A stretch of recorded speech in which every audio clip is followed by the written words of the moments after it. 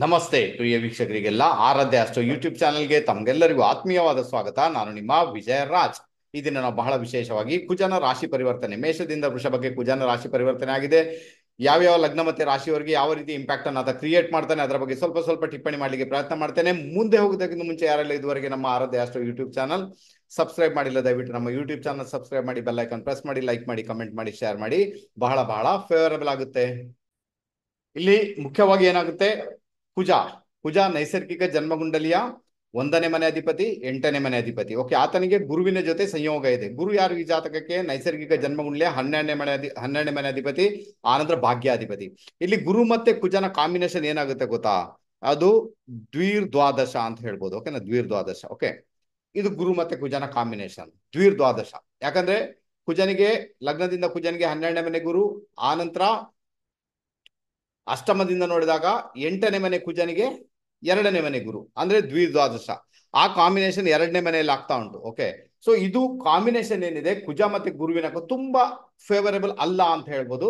ಒಂದ್ ಲೆಕ್ಕಕ್ಕೆ ನಿಮ್ಗೆ ಅಲ್ಲಿ ಕಾನ್ಫ್ಲಿಕ್ಟ್ ಅನ್ನ ಕ್ರಿಯೇಟ್ ಮಾಡುತ್ತೆ, ತೊಂದರೆಗಳನ್ನ ಕ್ರಿಯೇಟ್ ಮಾಡುತ್ತೆ, ತುಂಬಾನೇ ನಿಮ್ಗೆ ಅಡಚಣೆಗಳನ್ನ ತಂದೊಡ್ಡುತ್ತೆ ಅಂತ ಒಂದು ಇಂಡಿಕೇಶನ್ ಇದೆ.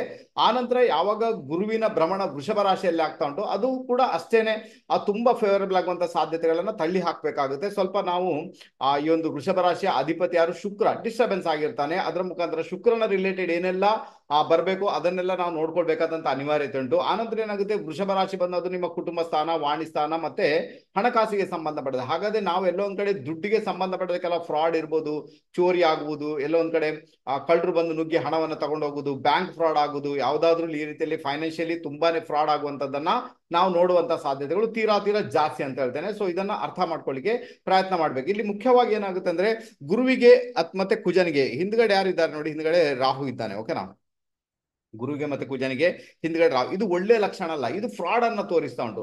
ಹಾಗಾದ್ರೆ ನಿಮ್ಗೆ ಎಜುಕೇಶನ್ ಫೀಲ್ಡ್ ಅಲ್ಲಿ ಫ್ರಾಡ್ ಇರ್ಬೋದು, ಫೈನಾನ್ಷಿಯಲಿ ಫೀಲ್ಡ್ ಅಲ್ಲಿ ಫ್ರಾಡ್ ಇರ್ಬೋದು, ಖುದ್ದು ನಿಮ್ಮ ದುಡ್ಡಿನ ವಿಚಾರದಲ್ಲಿ ಫ್ರಾಡ್ ಇರ್ಬೋದು, ಫ್ರಾಡ್ ಆಗುವುದು, ಅಥವಾ ಕುಟುಂಬದಲ್ಲಿ ತೊಂದರೆಗಳಾಗುವುದು, ಕುಟುಂಬದಲ್ಲಿ ಸಮಸ್ಯೆಗಳಾಗುವುದು, ಯಾರಿಗೂ ಒಂದು ಕಮಿಟ್ಮೆಂಟ್ ಅನ್ನ ಮಾಡಿ ನೀವು ಸಿಕ್ಕಾಕೊಳ್ಳುವಂಥದ್ದು. ಸೊ ಇದು ಡೆಫಿನೆಟ್ ಆಗಿ ಇದ್ದೇ ಇರುತ್ತೆ. ಮಾತಾಡುವಾಗ 100 ಬಾರಿ ಯೋಚನೆ ಮಾಡಿ ಮಾತಾಡ್ಬೇಕಾಗುತ್ತೆ, ಕಮಿಟ್ಮೆಂಟ್ ಮಾಡುವಾಗ 100 ಬಾರಿ ಯೋಚನೆ ಮಾಡಿ ಕಮಿಟ್ಮೆಂಟ್ ಮಾಡ್ಬೇಕಾಗುತ್ತೆ.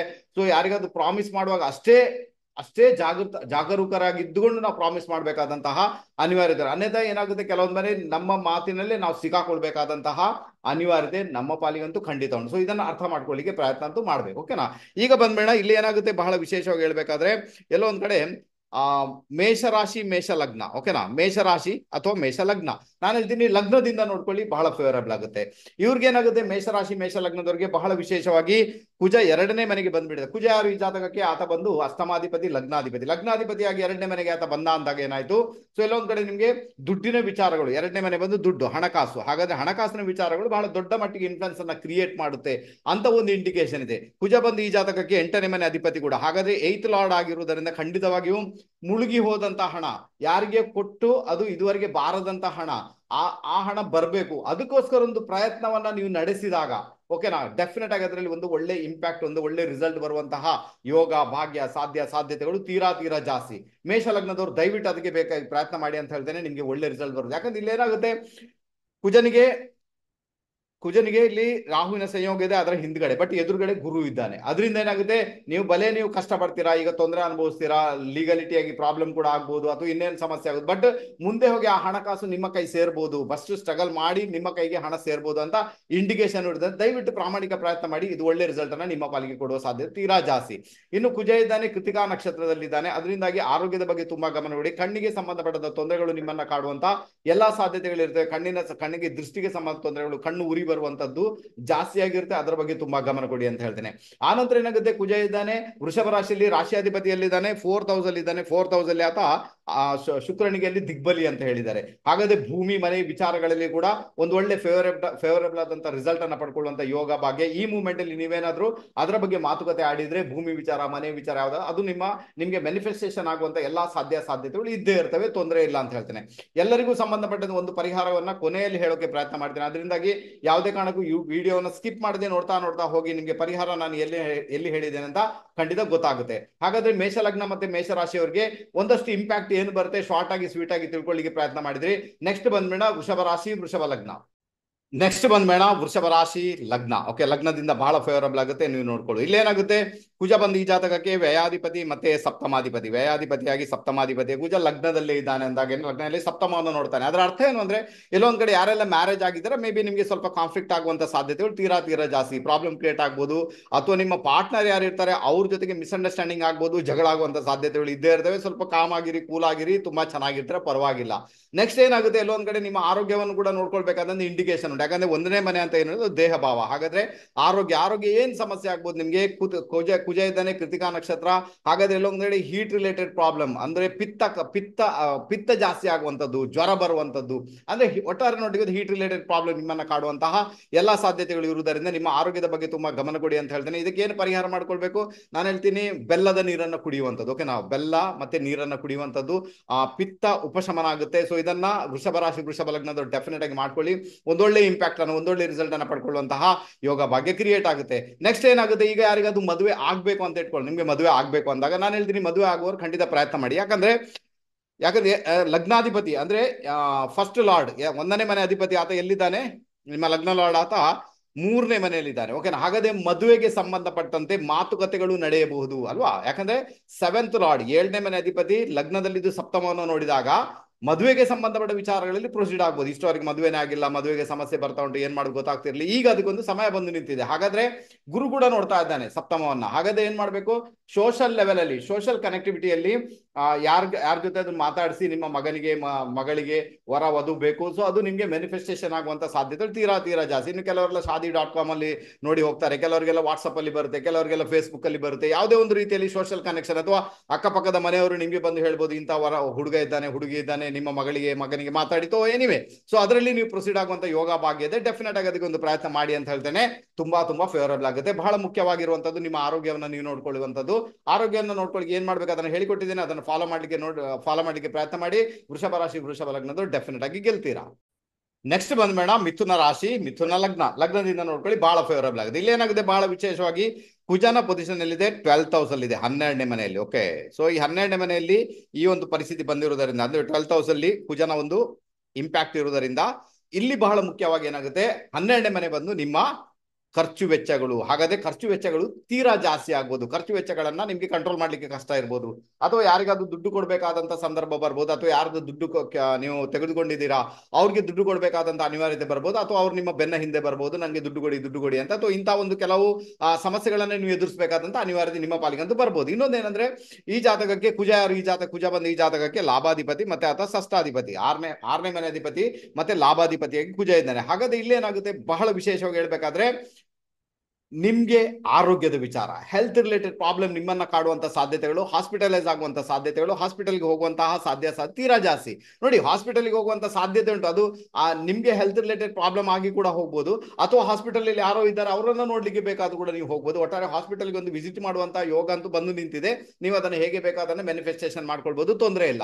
ಮೂರನೇದಾಗಿ ಏನಾಗುತ್ತೆ, ನಿಮ್ಗೆ ಎಲ್ಲೋ ಒಂದ್ ಕಡೆ 10th ಲಾರ್ಡ್ ಗುರು ಎಲ್ಲಿದ್ದಾನೆ, 12ನೇ ಮನೆ ಇದೆ. ಓಕೆ, 10th ಲಾರ್ಡ್ ಗುರು 12ನೇ ಮನೆಯಲ್ಲಿ ಇರುವಾಗ ಅಲ್ಲಿ ಏನಾಗುತ್ತೆ, ಕಾರ್ಯಕ್ಷೇತ್ರನ ಬದಲಾವಣೆ ಮಾಡುವಂಥದ್ದು, ಒಂದು ಕಡೆಯಿಂದ ಮತ್ತೊಂದು ಕಡೆಗೆ ಹೋಗುವಂಥದ್ದು, ಅಥವಾ ನೀವು ಯಾರಾದ್ರೂ ಕೂಡ ವಿದೇಶ ಪ್ರಯಾಣ ಮಾಡ್ಲಿಕ್ಕೆ ಪ್ರಯತ್ನ ಮಾಡುವಂಥದ್ದು ಕೂಡ ಇಲ್ಲಿ ಇಂಪ್ಯಾಕ್ಟ್ ಅನ್ನ ಕ್ರಿಯೇಟ್ ಅಂತೂ ಡೆಫಿನೆಟ್ ಆಗಿ ಮಾಡಿಯೇ ಮಾಡುತ್ತೆ. ಹೆಲ್ತ್ ಅನ್ನ ತುಂಬಾ ನೋಡ್ಕೊಳ್ಬೇಕಾದಂತ ಅನಿವಾರ್ಯತೆ ನಿಮ್ಮ ಪಾಲಿಗೆ ಖಂಡಿತ ಉಂಟು. ಖರ್ಚು ವೆಚ್ಚಗಳನ್ನ ಬಹಳ ಚೆನ್ನಾಗಿ ಮೇಂಟೈನ್ ಮಾಡಿ, ಅನ್ಯಥಾ ಖರ್ಚು ವೆಚ್ಚದಲ್ಲಿ ಸಮಸ್ಯೆಗಳನ್ನ ನೀವು ಎದುರಿಸಬೇಕಾದಂತಹ ಅನಿವಾರ್ಯತೆ ನಿಮ್ಮ ಪಾಲಿಗೆ ಅಂತೂ ಖಂಡಿತ ಉಂಟು. ಇಲ್ಲಿ ನಾನು ಖರ್ಚು ವೆಚ್ಚ ಯಾಕೆ ಹೇಳ್ತೇನೆ, ಮತ್ತೆ ಹಣಕಾಸಿನ ವಿಚಾರ ಯಾಕೆ ಹೇಳ್ತೇನೆ, ಯಾಕಂದ್ರೆ ನಿಮ್ಮ 12th ಲಾರ್ಡ್ ಶುಕ್ರ 2ನೇ ಮನೆಗೆ ಕನೆಕ್ಟ್ ಆಗಿದ್ದಾನೆ, ಅಂದ್ರೆ ನಿಮ್ಮ ಧನಸ್ಥಾನದಲ್ಲಿದ್ದಾನೆ. ಅದಕ್ಕೋಸ್ಕರ ಏನಾಗುತ್ತೆ, ಹಣಕಾಸಿನ ವಿಚಾರಗಳು, ಖರ್ಚು ವೆಚ್ಚದ ವಿಚಾರಗಳು ಬಹಳ ದೊಡ್ಡ ಮಟ್ಟಿಗೆ ಇನ್ಫ್ಲುಯೆನ್ಸ್ ಅನ್ನ ಕ್ರಿಯೇಟ್ ಮಾಡುತ್ತೆ ಅಂತ ಒಂದು ಇಂಡಿಕೇಶನ್ ಇದೆ. ಪರಿಹಾರ ಏನಿದೆ ಅದನ್ನ ಕೊನೆಗೆ ಹೇಳೋಕೆ ಪ್ರಯತ್ನ ಮಾಡ್ತೇನೆ. ಅಲ್ಲಿವರೆಗೆ ವಿಡಿಯೋ ಸ್ಕಿಪ್ ಮಾಡದೆ ನೋಡ್ಲಿಕ್ಕೆ ಪ್ರಯತ್ನ ಮಾಡಿ, ಬಹಳ ಫೇವರಬಲ್ ಆಗುತ್ತೆ. ನೆಕ್ಸ್ಟ್ ಬಂದ್ಬೇಡ ಕರ್ಕಾಟಕ ರಾಶಿ ಕರ್ಕಾಟಕ ಲಗ್ನದಿಂದ ನೋಡ್ಕೊಳ್ಳಿ, ಬಹಳ ಫೇವರಬಲ್ ಆಗುತ್ತೆ. ಇಲ್ಲಿ ಬಹಳ ವಿಶೇಷವಾಗಿ ಏನಾಗುತ್ತೆ, ಕುಜನ ಒಂದು ಪರಿಸ್ಥಿತಿ ಇಲ್ಲಿ ಲಾಭ ಸ್ಥಾನದಲ್ಲಿದೆ. ಓಕೆ, ಲಾಭ ಸ್ಥಾನ ಅದು ಮಚ್ ಬೆಟರ್, ತೊಂದರೆ ಇಲ್ಲ. ಕುಜ ಯಾರು, ಈ ಜಾತಕಕ್ಕೆ ಯೋಗಕಾರಕ, ಅನಂತರ ಪಂಚಮಾಧಿಪತಿ ದಶಮಾಧಿಪತಿಯಾಗಿ ಲಾಭ ಸ್ಥಾನದಲ್ಲಿ ಬಂದಿದ್ದಾನೆ ಅಂದಾಗ ಬಹಳ ವಿಶೇಷವಾಗಿ ಏನಾಗುತ್ತೆ, ಎಲ್ಲೊಂದ್ ಕಡೆ ನಿಮ್ಮ ಕಾರ್ಯಕ್ಷೇತ್ರದಲ್ಲಿ ಏನು ಇನ್ಕ್ರಿಮೆಂಟ್ ಬೇಕು, ಅಥವಾ ಸ್ಯಾಲರಿಯಲ್ಲಿ ಜಾಸ್ತಿ ಬೇಕು, ಲಾಭ ಜಾಸ್ತಿ ಬರಬೇಕು, ಅದಕ್ಕೆ ಬೇಕಾಗಿ ಒಂದು ಪ್ರಾಮಾಣಿಕ ಪ್ರಯತ್ನ ಮಾಡಿದಾಗ ಅದೆಲ್ಲವೂ ಕೂಡ ಮ್ಯಾನಿಫೆಸ್ಟೇಷನ್ ಆಗುವಂತ ಸಾಧ್ಯತೆಗಳು ತೀರಾ ಜಾಸ್ತಿ. ನೀವು ಪ್ರಾಮಾಣಿಕ ಪ್ರಯತ್ನ ಮಾಡಿ, ಏನು ತೊಂದರೆ ಇಲ್ಲ. ಓಕೆನಾ, ಆನಂತರ ಯಾರಿಗೆಲ್ಲ ಹೊಸ ಕೆಲಸ ಬೇಕು, ಕೆಲಸ ಇನ್ನಷ್ಟು ಹುಡುಕ್ತಾ ಇದ್ರೆ ಕೆಲಸ ಬೇಕು ಅಂತವ್ರಿಗೆ ಕೂಡ ಕೆಲಸ ಆಗುವಂತ ಎಲ್ಲಾ ಸಾಧ್ಯತೆಗಳು ಇದ್ದೇ ಇದೆ. ಅದಕ್ಕೆ ಬೇಕಾಗ ಕೂಡ ಪ್ರಯತ್ನ ಅಂತೂ ಖಂಡಿತ ಮಾಡ್ಬೋದು ನೀವು. ಇಲ್ಲಿ ಮುಖ್ಯವಾಗಿ ಏನಾಗುತ್ತೆ, ಪಂಚಮಾಧಿಪತಿ ಕುಜ ಇದ್ದಾನಲ್ವಾ, ಆತ ಏನ್ ಮಾಡ್ತಾನೆ, ಪಂಚಮ ಭಾವವನ್ನು ನೋಡ್ತಾ ಇದ್ದಾನೆ. ಓಕೆನಾ, ಆನಂತರ ಏನಾಗುತ್ತೆ, ಇದರ ಡಿಸ್ಪೋಸಿಟರ್ ಅಂದ್ರೆ ಅದರ ರಾಷ್ಟ್ರಾಧಿಪತಿ ಶುಕ್ರ ಎಲ್ಲಿದ್ದಾನೆ, ಲಗ್ನದಲ್ಲಿ ಇದ್ಕೊಂಡು 7th ಹೌಸ್ ಅನ್ನು ನೋಡ್ತಾನೆ. ಹಾಗಾದ್ರೆ ಪ್ರೀತಿ ಪ್ರೇಮ ಬರುವಂತ ಎಲ್ಲಾ ಸಾಧ್ಯತೆಗಳು ಇರುವುದರಿಂದ ಅದರಲ್ಲಿ ಬಹಳ ಜಾಗೃತರಾಗಿರ್ಬೇಕಾದಂತ ಅನಿವಾರ್ಯತೆ ನಿಮ್ಮ ಪಾಲಿಗಂತೂ ಖಂಡಿತ ಉಂಟು. ಪ್ರೀತಿ ಪ್ರೇಮ ಡೆಫಿನೆಟ್ ಆಗಿ ಬಂದೇ ಬರುತ್ತೆ. ಎಕ್ಸ್ಟ್ರಾ ಮೆರಿಟಲ್ ಕೆಲವರಿಗೆಲ್ಲ ಬರ್ಬೋದು, ಆ ಪರಿಸ್ಥಿತಿ ಕೂಡ ಕ್ರಿಯೇಟ್ ಆಗುತ್ತೆ. ಎಕ್ಸ್ಟ್ರಾ ಮೆರಿಟಲ್ ಯಾರಿಗೆ ಬರುತ್ತೆ, ನಾನು ಹೇಳೋದಾದ್ರೆ ಯಾರ ವಯಸ್ಸು 40ರಿಂದ 49 ರನ್ ಆಗ್ತಾ ಉಂಟು, ಮೇ ಬಿ ಅವರಿಗೆ ಎಕ್ಸ್ಟ್ರಾ ಮೆರಿಟಲ್ ಅಫೇರ್ಸ್ ಬರುವಂತ ಎಲ್ಲಾ ಸಾಧ್ಯತೆಗಳು ಇರುವುದರಿಂದ ನಿಮ್ಮ ಜಾಗೃತಿಯಲ್ಲಿ ನೀವು ಇರಲೇಬೇಕಾದಂತಹ ಅನಿವಾರ್ಯತೆ ಖಂಡಿತ ಉಂಟು ಅಂತ ಹೇಳ್ತೇನೆ. ಬಿ ಕೇರ್ಫುಲ್, ತುಂಬಾ ಕೇರ್ಫುಲ್ ಆಗಿರಿ. ಇಷ್ಟು ಕೇರ್ಫುಲ್ ಆದಾಗ ಮತ್ತೆ ಲಾಭಕ್ಕೆ ಸಂಬಂಧ ಏನು ಸಮಸ್ಯೆ ಇಲ್ಲ, ತುಂಬಾ ಚೆನ್ನಾಗಿರ್ತಾರೆ, ಲೈಫ್ ಅನ್ನು ಎಂಜಾಯ್ ಮಾಡುವಂತ ಯೋಗ ಭಾಗ್ಯ ನಿಮ್ಮ ಪಾಲಿಗೆ. ಕೆಲಸದಲ್ಲಿ ಕೂಡ ಪ್ರೊಸೀಡ್ ಆಗುವಂತ ಯೋಗ ಭಾಗ್ಯ ನಿಮ್ಮ ಪಾಲಿಗಂತೂ ಡೆಫಿನೆಟ್ ಆಗಿ ಇದ್ದೇ ಇರುತ್ತೆ. ಪ್ರಿಕಾಷನ್ ಇಷ್ಟೇ ಬೇಕು, ನಾನು ಹೇಳಿದ ಪ್ರಿಕಾಷನ್ ತಗೊಳ್ಳಿ, ಎಲ್ಲಾ ರೀತಿಯಲ್ಲೂ ಕೂಡ ಗೆದ್ದು ಬಿಡ್ತೀರಾ.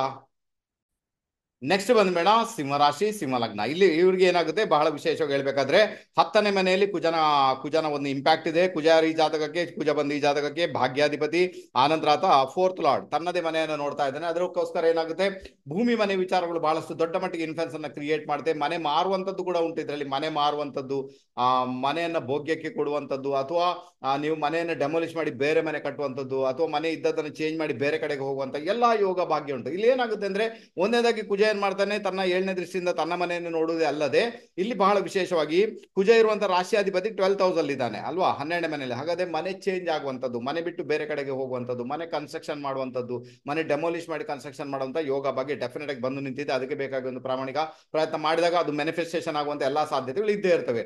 ನೆಕ್ಸ್ಟ್ ಇಲ್ಲಿ ಏನಾಗುತ್ತೆ, ಕಾರ್ಯಕ್ಷೇತ್ರ ಇನ್ಫ್ಲುಯೆನ್ಸ್ ಆಗಿದ್ದ ಕೆಲಸಕ್ಕೆ ಸಂಬಂಧಪಟ್ಟಂತೆ ಸ್ಯಾಲ್ರಿ ಇಲ್ಲ, ಸ್ಯಾಲ್ರಿ ಜಾಸ್ತಿ ಆಗಬೇಕು, ಸ್ಯಾಲ್ರಿ ವಿಚಾರದಲ್ಲಿ ಪ್ರೊಸೀಡ್ ಆಗಬೇಕು, ಹೊಸ ಕೆಲಸ ಸಿಗಬೇಕು, ಇಂಕ್ರಿಮೆಂಟ್ ಆಗಬೇಕು, ಅಥವಾ ಒಂದು ಕಡೆಯಿಂದ ಮತ್ತೊಂದು ಕಡೆಗೆ ಹೋಗಬೇಕು ಅಂತದ್ದೆಲ್ಲ ಒಂದು ನಿಮ್ಗೆ ಆಸೆ ಇದ್ರೆ, ಕೆಲಸ ಚೇಂಜ್ ಮಾಡ್ಬೇಕನ್ನೋ ಒಂದು ಆಸೆ ಇದ್ರೂ ಕೂಡ ಅದು ಕೂಡ ಮ್ಯಾನಿಫೆಸ್ಟೇಷನ್ ಆಗುತ್ತೆ ಡೆಫಿನೆಟ್ ಆಗಿ. ಅದಕ್ಕೆ ಬೇಕಾಗಿ ಒಂದು ಪ್ರಾಮಾಣಿಕ ಪ್ರಯತ್ನ ಮಾಡಿದಾಗ ಅದೆಲ್ಲವೂ ಕೂಡ ನಿಮ್ಮ ಪಾಲಿಗೆ ಬರುವಂತ ಸಾಧ್ಯತೆ ತೀರಾ ಜಾಸ್ತಿ. ಕೆಲಸ ಸಿಗದವರಿಗೆ ಒಳ್ಳೆ ಯೋಗ ಇದೆ ಆಯ್ತಾ, ದಯವಿಟ್ಟು ನೀವು ಅದಕ್ಕೆ ಬೇಕಾಗಿ ಒಂದು ಪ್ರಯತ್ನ ಮಾಡಿ, ತೊಂದರೆ ಇಲ್ಲ. ಇನ್ನು ಕೆಲವರಿಗೆ ಟ್ರಾನ್ಸ್ಫರ್ ಆಗಬೇಕು, ಒಂದು ಕಡೆಯಿಂದ ಮತ್ತೊಂದು ಕಡೆಗೆ ಹೋಗಬೇಕಾದ್ರೂ ಕೂಡ ಡೆಫಿನೆಟ್ ಆಗಿ ಅದಕ್ಕೆ ಬೇಕಾಗಿ ಒಂದು ಯೋಗ ಭಾಗ್ಯ ಬಂದು ನಿಂತಿದೆ.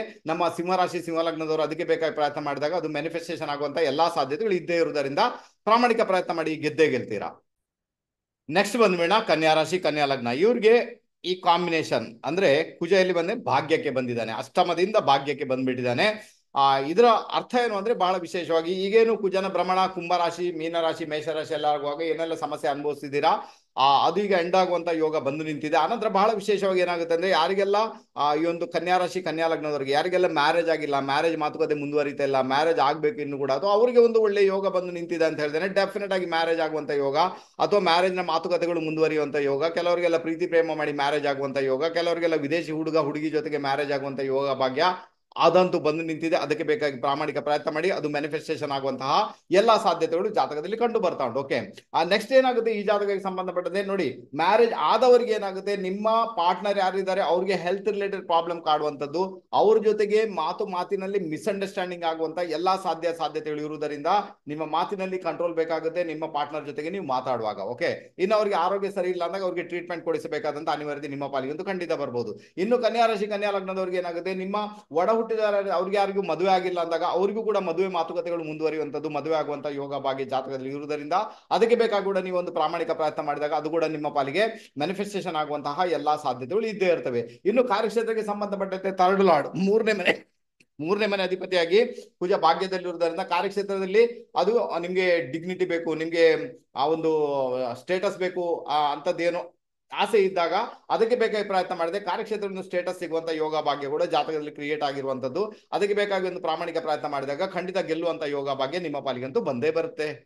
ಇನ್ನು ಬಂದ್ಬೇಡ ತುಲಾ ರಾಶಿ. ಅದಕ್ಕಿಂತ ಮುಂಚೆ ನಾವು ಬರುವ ತಿಂಗಳು ಅಂದ್ರೆ ಆಗಸ್ಟ್ 12ನೇ ತಾರೀಕಿಗೆ ನಮ್ಮ ಒಂದು ಹೊಸ ಬ್ಯಾಚ್ ಅನ್ನ ಸ್ಟಾರ್ಟ್ ಮಾಡ್ತಾ ಇದ್ದೇವೆ. ಅದು ವಾಸ್ತುವಿಗೆ ಸಂಬಂಧಪಟ್ಟ, ಇದರಲ್ಲಿ ವೇದಿಕ್ ವಾಸ್ತು ಪ್ಲಸ್ ಮಹಾವಾಸ್ತು ಎರಡು ಕೂಡ ಇನ್ಕ್ಲೂಡ್ ಆಗಿರುತ್ತೆ.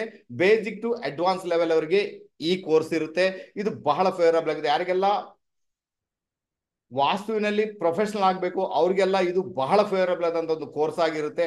ದಯವಿಟ್ಟು ಬಂದು ನಮ್ಮ ಜೊತೆಗೆ ಸೇರ್ಕೊಳ್ಳಿ, ಕಲ್ತ್ಕೊಳ್ಳಿ. ಬಹಳ ಫೇವರಬಲ್ ಆದ ಒಂದು ಇಂಪ್ಯಾಕ್ಟ್ ಅನ್ನ ನೀವು ಪಡಿಬಹುದು. ಅದರ ಜೊತೆಗೆ ನಿಮ್ಮ ಮನೆಯನ್ನ ನೀವು ಸರಿ ಮಾಡುವುದೇ ಅಲ್ಲದೆ ಬೇರೆಯವರ ಮನೆಗೂ ಕೂಡ ನೀವು ವಾಸ್ತು ಮಾಡಿ ಅವರ ಮುಖದಲ್ಲಿ ನಗು ಮೂಡಿಸುವಂತ ಕೆಲಸವನ್ನ ಈ ಒಂದು ಸಣ್ಣ ಟೆಕ್ನಿಕ್ ಅನ್ನು ಉಪಯೋಗ ಮಾಡ್ಕೊಂಡು ನೀವು ಮಾಡಬಹುದು.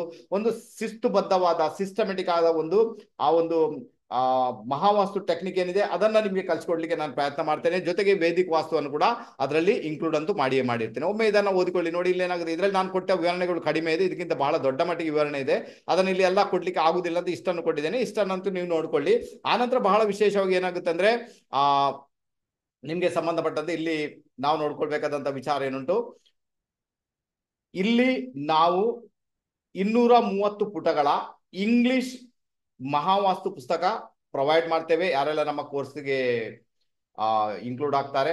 ಆನಂತರ 120 ಪುಟಗಳ ಕನ್ನಡ ಮಹಾವಾಸ್ತು ಟೆಕ್ನಿಕ್ ಅನ್ನು ಒಳಗೊಂಡ ಪುಸ್ತಕವನ್ನ ನಿಮ್ಗೆ ಕೊಡ್ತೇವೆ. ಓಕೆನಾ? ಆನಂತರ PDF ಫೈಲ್ ಮತ್ತೆ ರೆಕಾರ್ಡಿಂಗ್ ಅನ್ನ ಕೊಡ್ತೇವೆ. ರೆಕಾರ್ಡಿಂಗ್ 6 ತಿಂಗಳ ಕಾಲ ಇರುತ್ತೆ. ಆ ರೆಕಾರ್ಡಿಂಗ್ ತುಂಬಾ ಚೆನ್ನಾಗಿರುತ್ತೆ. ಅಂದ್ರೆ 6 ತಿಂಗಳ ಕಾಲ ನೀವು ರೆಕಾರ್ಡಿಂಗ್ ಅನ್ನು ಕೂಡ ನೋಡಿ. ಈಗ ಒಂದಿನ ನಿಮಗೆ ಕ್ಲಾಸ್ಗೆ ಬರ್ಲಿಕ್ಕೆ ಆಗ್ಲಿಲ್ಲ, ಅಟೆಂಡ್ ಮಾಡ್ಲಿಕ್ಕೆ ಆಗ್ಲಿಲ್ಲ, ಖಂಡಿತ ನೀವು ಮಾರನೇ ದಿನ ರೆಕಾರ್ಡಿಂಗ್ ಅನ್ನ ನೋಡ್ಕೊಳ್ಬಹುದು. ಓಕೆ. ಆನಂತರ ಹೆಚ್ಚಿನ ಮಾಹಿತಿಗೆ ಬೇಕಾಗಿ ನೀವು ಯಾರನ್ನ ಸಂಪರ್ಕ ಮಾಡಬಹುದು ನೋಡಿ, ಇಲ್ಲಿ ಫೋನ್ ನಂಬರ್ ಕೊಟ್ಟಿದ್ದೇನೆ. ಶ್ರೀ ಶಿವಕುಮಾರ್ ಬ್ಯಾಂಗ್ಳೂರು, ಶ್ರೀಮತಿ ಶಕುಂತಲಾ ಮೇಡಮ್ ಬ್ಯಾಂಗ್ಳೂರು, ಆನಂತರ ಶ್ರೀಮತಿ ನಾಗರತ್ನ ಮೇಡಮ್ ಶಿವಮೊಗ್ಗ, ಆರಾಧ್ಯ ಸರ್ ದಾವಣಗೆರೆ. ಓಕೆ. ಸೊ ಇವರಿಗೆ ನೀವು ಕಾಂಟ್ಯಾಕ್ಟ್ ಮಾಡಿದಾಗ ಅವ್ರು ನಿಮ್ಗೆ ಈ ಕೋರ್ಸಿನ ವಿಚಾರವನ್ನ ಅವ್ರು ಖಂಡಿತ ಹೇಳ್ತಾರೆ ನಿಮ್ಗೆ. ಸೊ ಅದನ್ನ ಕೇಳ್ಕೊಂಡು ಕೂಡ ನೀವು ನಮ್ಮ ಜೊತೆಗೆ ಸೇರ್ಕೊಳ್ಬಹುದು. ಓಕೆನಾ?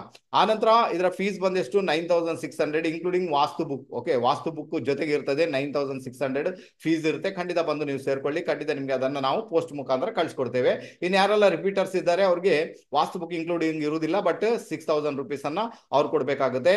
12ನೇ ತಾರೀಕು 8ನೇ ತಿಂಗಳು 2024 ಅಂದ್ರೆ ಬರುವ ತಿಂಗಳು 12ನೇ ತಾರೀಕಿಗೆ ಕೋರ್ಸ್ ಸ್ಟಾರ್ಟ್ ಆಗುತ್ತೆ.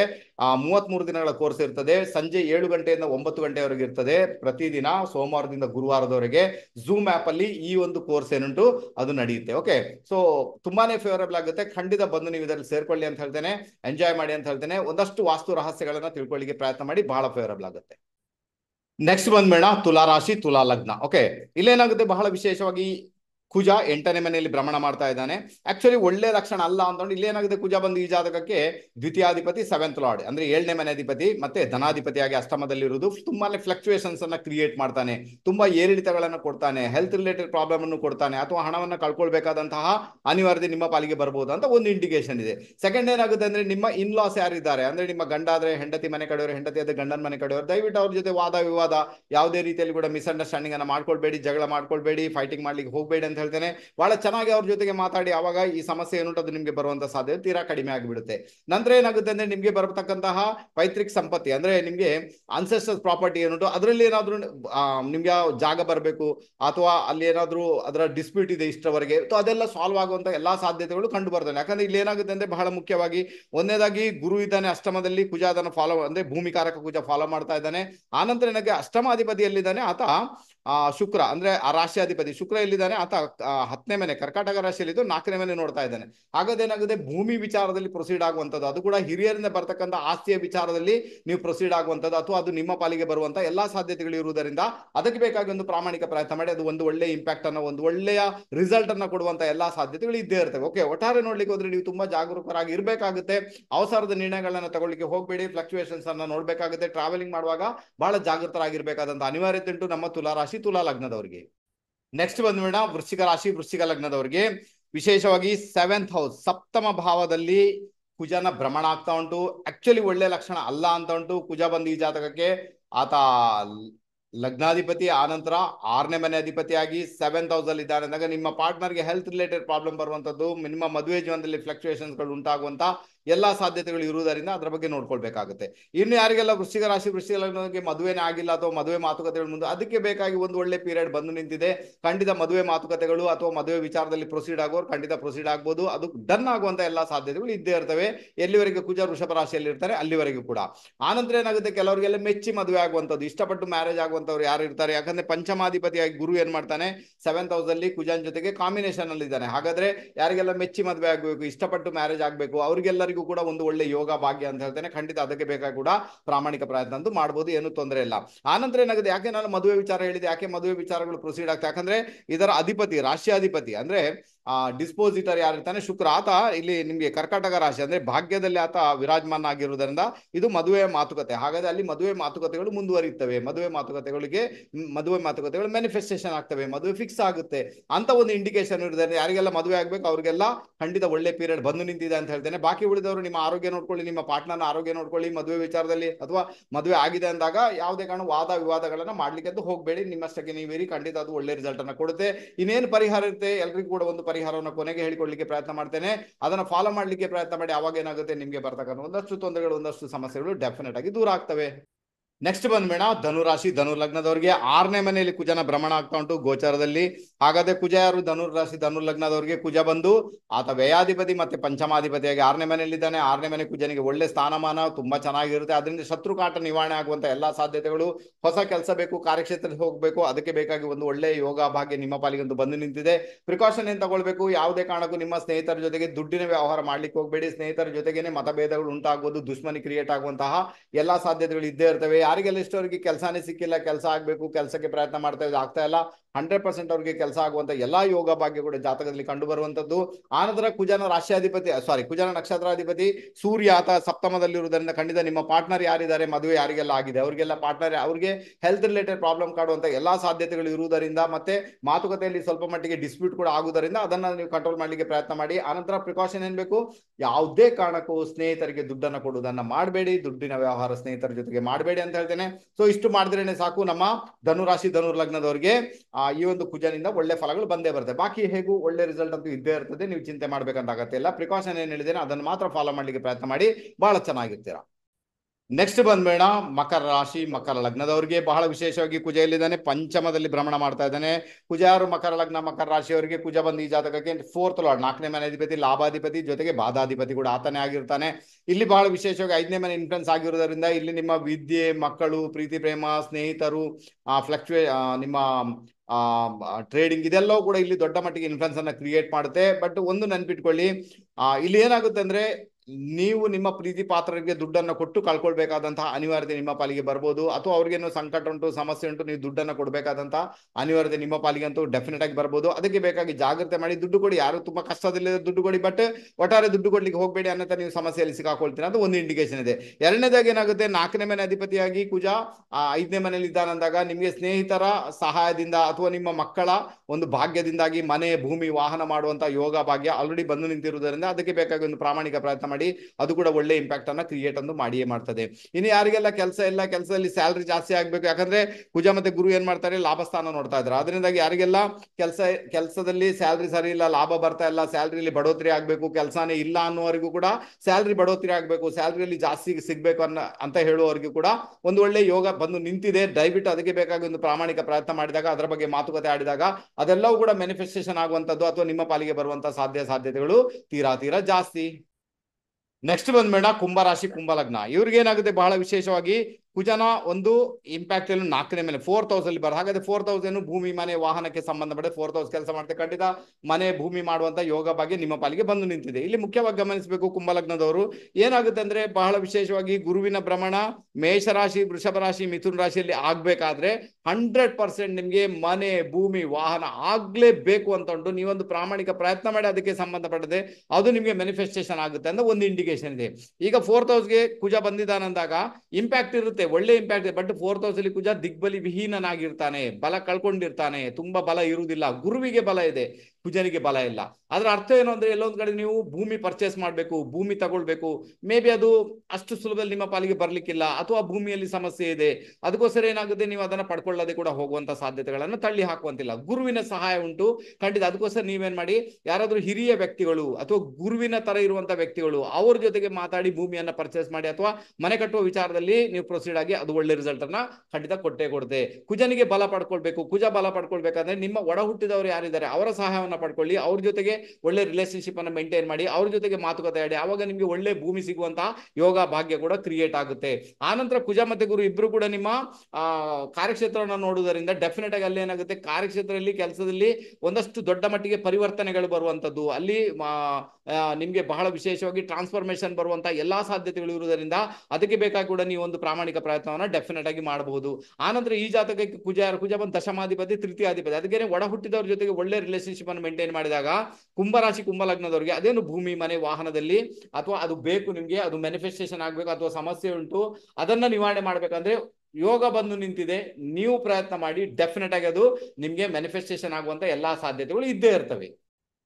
ಕೊನೆಯದಾಗಿ ಮೀನರಾಶಿ ಮೀನಲಗ್ನ. ಈ ಮೀನರಾಶಿ ಮೀನಲಗ್ನದವರಿಗೆ ಬಹಳ ವಿಶೇಷವಾಗಿ ಹೇಳ್ಬೇಕಾದ್ರೆ, ಎಲ್ಲೊಂದ್ ಕಡೆ ತೃತೀಯ ಸ್ಥಾನದಲ್ಲಿ ಕುಜ ಮತ್ತೆ ಗುರುವಿನ ಕಾಂಬಿನೇಷನ್ ಇದೆ. ಅಂದ್ರೆ ಕುಜ ಗೋಚರದಲ್ಲಿ ಕುಜ ತೃತೀಯ ಸ್ಥಾನಕ್ಕೆ ಬಂದ್ಬಿಟ್ಟಿದ್ದಾನೆ, ಒಳ್ಳೆ ಲಕ್ಷಣ, ಪರವಾಗಿಲ್ಲ, ಆತನಿಗೆ ಅಲ್ಲಿ ಬಲ ಉಂಟು, ಉಪಚಯ ಸ್ಥಾನದಲ್ಲಿ ಕುಜ ಇದ್ದಾನೆ ಅಂದಾಗ ಅಲ್ಲಿ ಏನಾಗುತ್ತೆ, ಬಹಳ ವಿಶೇಷವಾಗಿ ಕಾರ್ಯಕ್ಷೇತ್ರ ಇನ್ಫ್ಲುಯೆನ್ಸ್ ಆಗುತ್ತೆ. ಹಾಗಾದ್ರೆ ಕಾರ್ಯಕ್ಷೇತ್ರದಲ್ಲಿ ಇಷ್ಟವರೆಗೆ ಬ್ಯಾಜ್ ಹಾಕೊಳ್ಳಿಕ್ಕೆ ಸಿಗ್ಲಿಲ್ಲ, ಸರ್ಟಿಫಿಕೇಟ್ ಇಲ್ಲ, ಮೆಡಲ್ ಇಲ್ಲ, ನನಗೆ ಗ್ರೇಡ್ ಇಲ್ಲ, ನನಗೆ ಸ್ಟೇಟಸ್ ಇಲ್ಲ, ಇಷ್ಟವರೆಗೆ ಒಂದು ಡಿಗ್ನಿಟಿನೇ ಇಲ್ಲ, ಏನೂ ಇಲ್ಲ ಅಂತ ಹೇಳುವವರಿಗೆ ಒಂದು ಒಳ್ಳೆ ಪೀರಿಯಡ್ ಬಂದು ನಿಂತಿದೆ. ಖಂಡಿತ ಕಾರ್ಯಕ್ಷೇತ್ರದಲ್ಲಿ ಉನ್ನತ ಮಟ್ಟಕ್ಕೆ ಹೋಗುವಂತಹ ಯೋಗ ಭಾಗ್ಯ ನಿಮ್ಮ ಪಾಲಿಗೆ ಅಂತಿದೆ. ಕೆಲವರಿಗೆಲ್ಲ ಕಾರ್ಯಕ್ಷೇತ್ರ ಪರಿವರ್ತನೆ ಆಗುವಂಥದ್ದು, ಕಾರ್ಯಕ್ಷೇತ್ರ ಬದಲಾವಣೆ ಆಗುವಂತ ಯೋಗ ಭಾಗ್ಯ ಕೂಡ ಜಾತಕದಲ್ಲಿ ಕಂಡು ಬರ್ತಾ ಉಂಟು. ಅದಕ್ಕೋಸ್ಕರ ನೀವೇನ್ ಮಾಡ್ಬೋದು, ಈ ಒಂದು ಕುಜನ ಪೀರಿಯಡ್ ಏನ್ ನಡೀತಾ ಉಂಟು ಇನ್ನೊಂದು 10-12 ದಿನಗಳ ಕಾಲ, ಆ ಮೂಮೆಂಟ್ ಅಲ್ಲಿ ಅದಕ್ಕೆ ಬೇಕಾಗಿ ಒಂದು ಪ್ರಾಮಾಣಿಕ ಪ್ರಯತ್ನ ಮಾಡಿದಾಗ ಅದೆಲ್ಲವೂ ಕೂಡ ಮ್ಯಾನಿಫೆಸ್ಟೇಷನ್ ಆಗುವಂತ ಸಾಧ್ಯತೆಗಳು ತೀರಾ ಜಾಸ್ತಿ. ಓಕೆ, ಗೊತ್ತಾಯ್ತು.